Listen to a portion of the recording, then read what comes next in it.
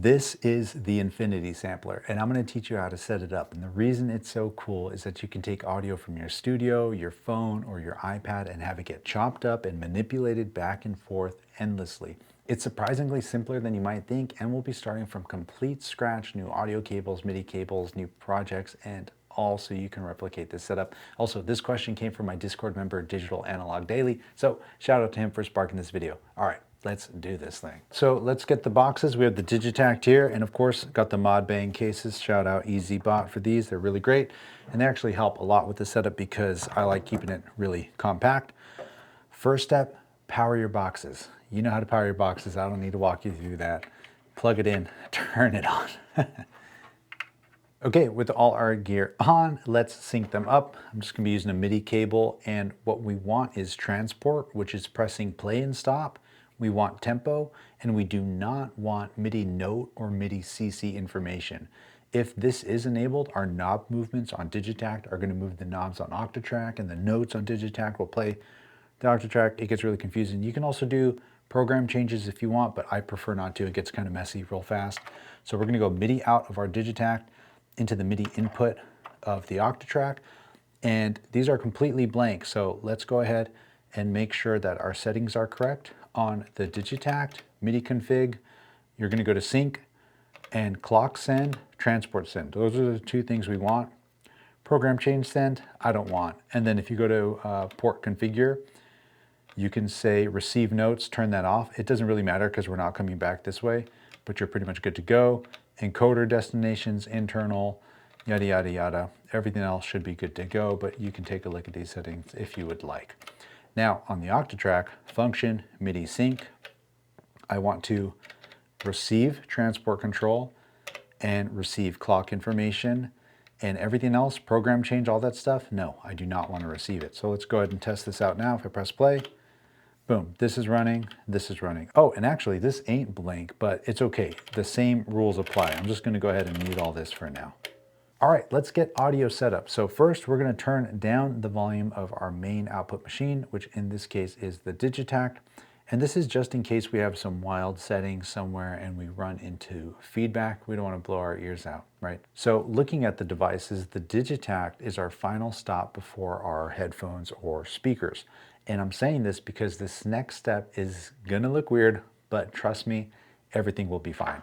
So what we want to do is we're going to take the main outputs of the Digitakt and go into the A/B inputs of our Octatrack.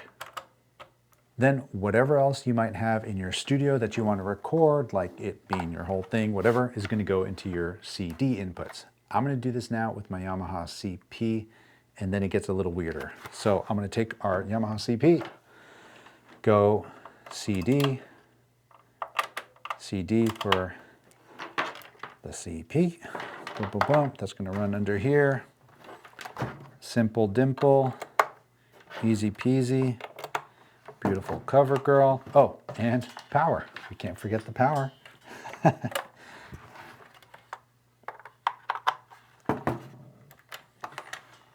So what I meant by it gets weirder is we're now going to take the Octatrack Q outputs and go, check this out, Q outputs of the Octatrack into the inputs of the Digitakt. And instantly, it's like the snake eating its own tail, right? But because we're using the Q outputs, we get to individually cue what we want to hear into the Digitakt, and that will help us not run into any feedback.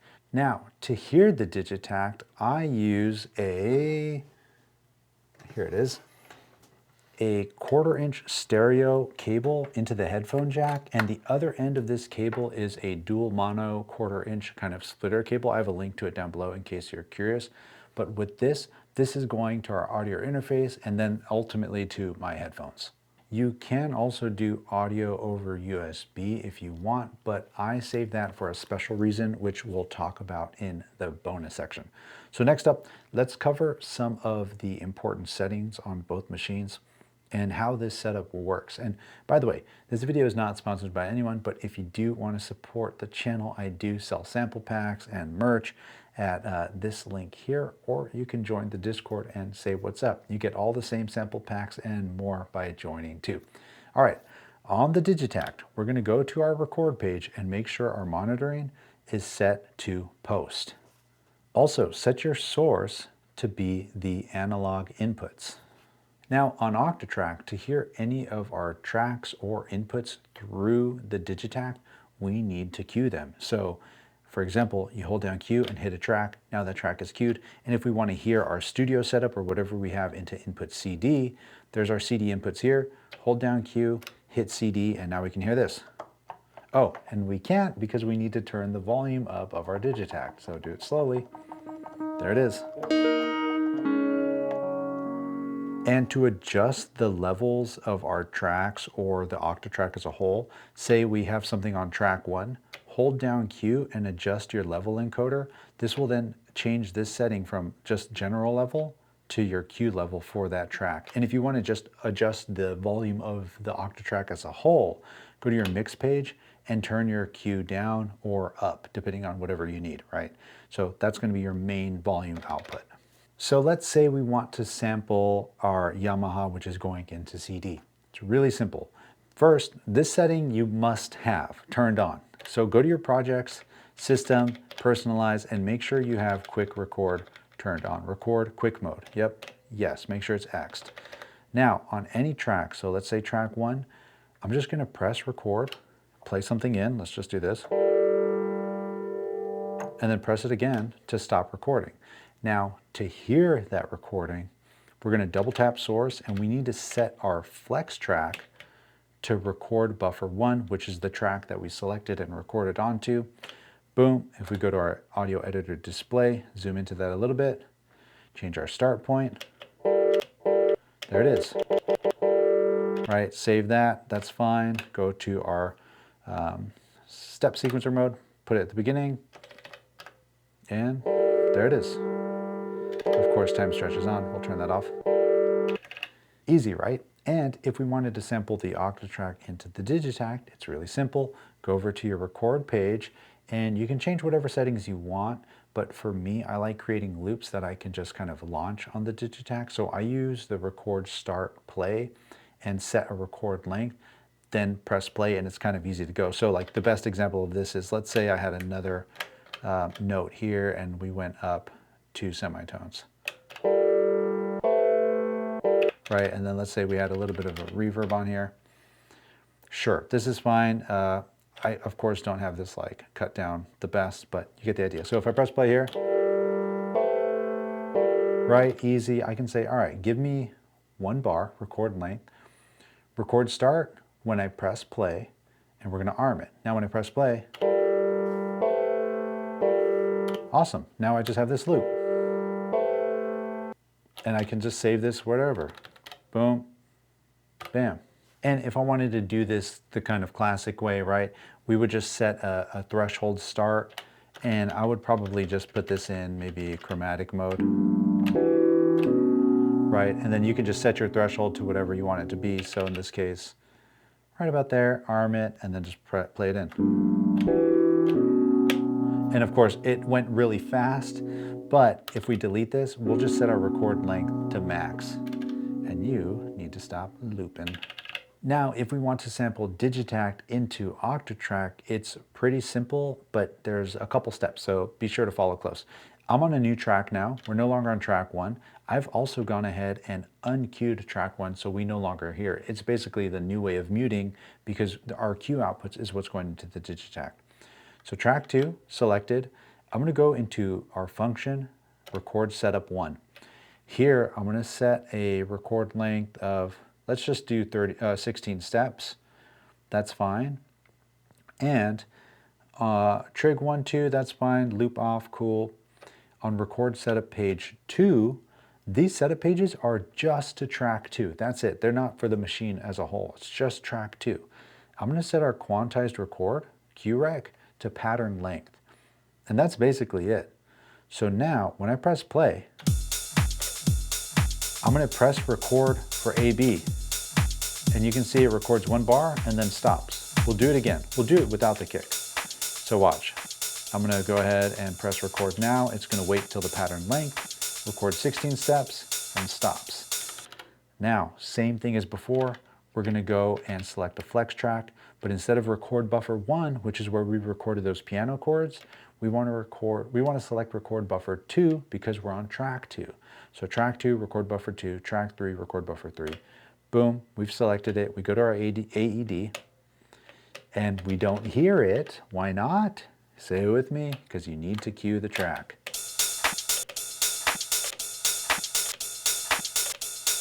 And there it is, right? Easy. So now you can do some weird kind of cool stuff. Check this out. We'll mute all this, except for our kick. So that's coming off of here. If we uncue that, and this is now when you start doing some weird stuff, right? But we don't need to get into that right now. Let's stay focused. But I guess that kind of touches a little bit on why I even have this setup to begin with. And I find this setup the most helpful when using the Octatrack and its crossfader to take my samples into places I wouldn't have expected. Plus, on Octatrack, you can adjust slice points of your samples, which you cannot do on Digitakt. Okay, let's get to the bonus section because I think that this is really cool and it's USB audio. Let me grab my iPad. All right, so this was a real big game changer for me. And by the way, you can still have the CD inputs. I'm just getting them out of the way so we can actually see this thing firsthand. What I realized was with this setup, I could sample anything. It could be YouTube, it could be anything on a web browser, it could be your videos, it could be my videos, right? It could be videos you've recorded on your phone, your tablet, whatever it might be, or VST plugins, and that's when it gets really, really cool. So I'm using a USB-C to USB-B cable, and it's been pretty awesome. So important things now will be, I have this Wave Waldorf little plugin loaded up. If I play it, we're hearing it directly on the iPad. To fix that, we need to go into our settings, all the way down to the bottom, System, USB Configure, and set this up to USB Audio and MIDI. And yes, we can use that MIDI, which is really cool. So now that that's there, we hear it here.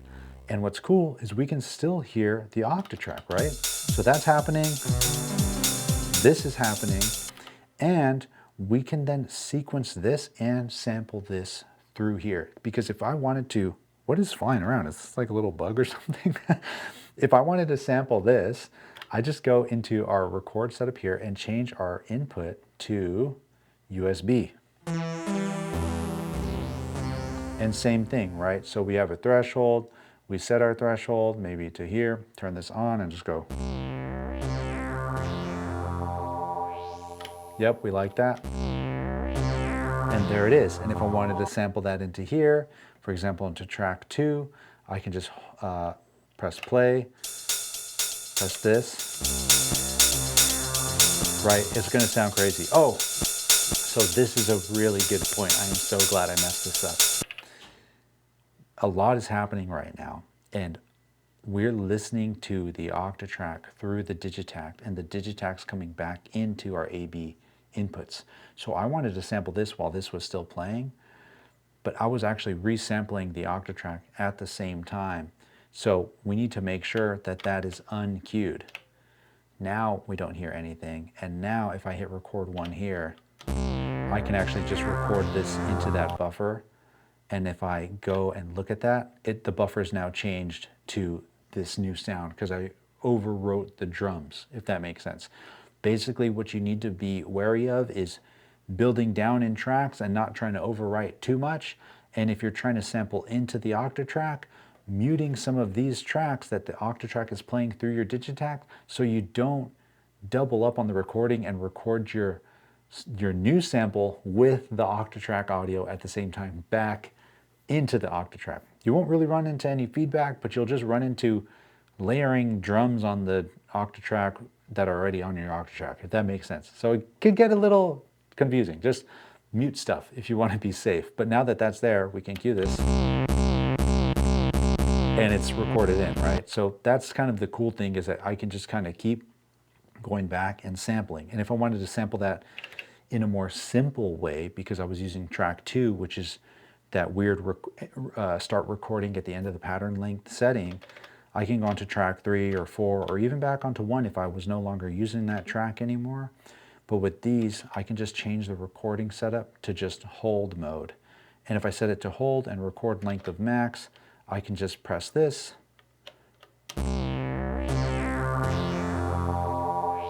Right, and now I have that there as long as I go to, yep, you're right, we got to go back to flex and set it to record 4, record buffer 4, because we're on track 4, AED, there it is. And of course, cue it.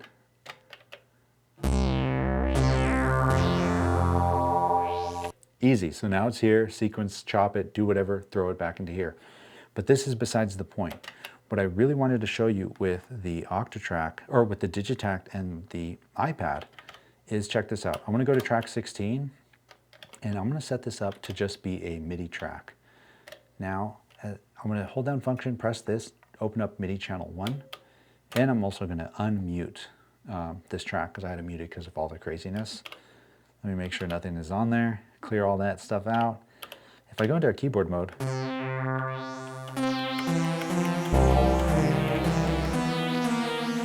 oh right, this is also sequencing this. Couple things going on, it's all good. We can handle it. Right, so now I'm playing the Wave plugin using the Digitakt, and I'm actually going to turn its volume down just a bit. It's coming in a little hot. And let's choose another preset.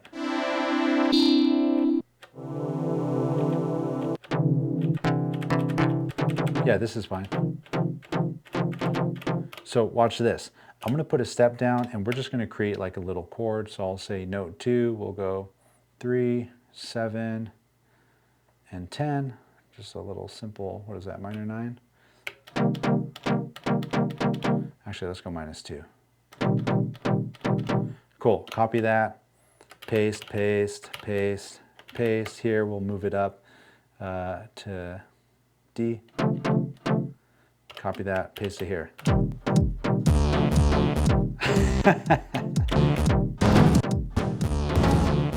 Whoa, what the hell is happening here? Okay, so I just ran into some insane MIDI stuff, and I'm so glad it happened. Look it, this is now changing tracks and doing all this wild stuff, right? Basically, this is now a MIDI track, and it's sending all these different things to the Octatrack because its MIDI cable is plugged in. It's not only sending MIDI out of USB, it's sending MIDI out of USB and the MIDI out at the same time. Let's go and take a look at our MIDI configuration here and our port configure. We can see that everything looks pretty good, but look, output 2, MIDI and USB, we actually need that because we want transport and clock. So what else can we do to stop the Octatrack from receiving all the information that we don't want? We can go and take a look at the Octatrack. So we checked out MIDI sync, we got that set up. But if you go to your project and you go to MIDI and then control, check this out, audio CC in, it's marked yes. We don't want that. I'm going to turn that off. Audio CC output, that doesn't matter. We don't have anything on our output. Audio note in, standard, follow. We want to just turn that off. I don't want to receive any notes. Now let's go see what else there is. We already got the sync and we got our channels. Auto channel 11, can we just set this to off? We can. I'm just going to turn that off. Trig channel off, off, off, off, off, off, off, and off. Now, turbo status, ignore that. Now let's play this back and see if we still run into those issues. There it is. And I need to unlock this. There it is. None of that chaos. It's all gone. So make sure if you run into anything weird, under control, audio CC in, turn that off, audio note in, turn that stuff off. So now that we're here, let's sample this. Check this out. We're gonna go here into our record page. I'm gonna set it to play, and I'm gonna say, give me 32 steps. That's fine. And record when I press play. We're gonna arm it, and then I'm gonna just press play, and we have our cutoff. Let's just play with that. Cool, stop that. Easy, save that. We can call it whatever. recognized protest. I'll put that onto 9. Bam. Now if we go on to track 9, we'll clear out this crazy sequence. Man, I hope I'm not destroying a really cool song. But now that we're here, unmute that. Track 9, we'll make sure that its trigger is set to 32 steps, which is what we just recorded. Bingo, bingo. And of course we have all these crazy settings here. Put another one in.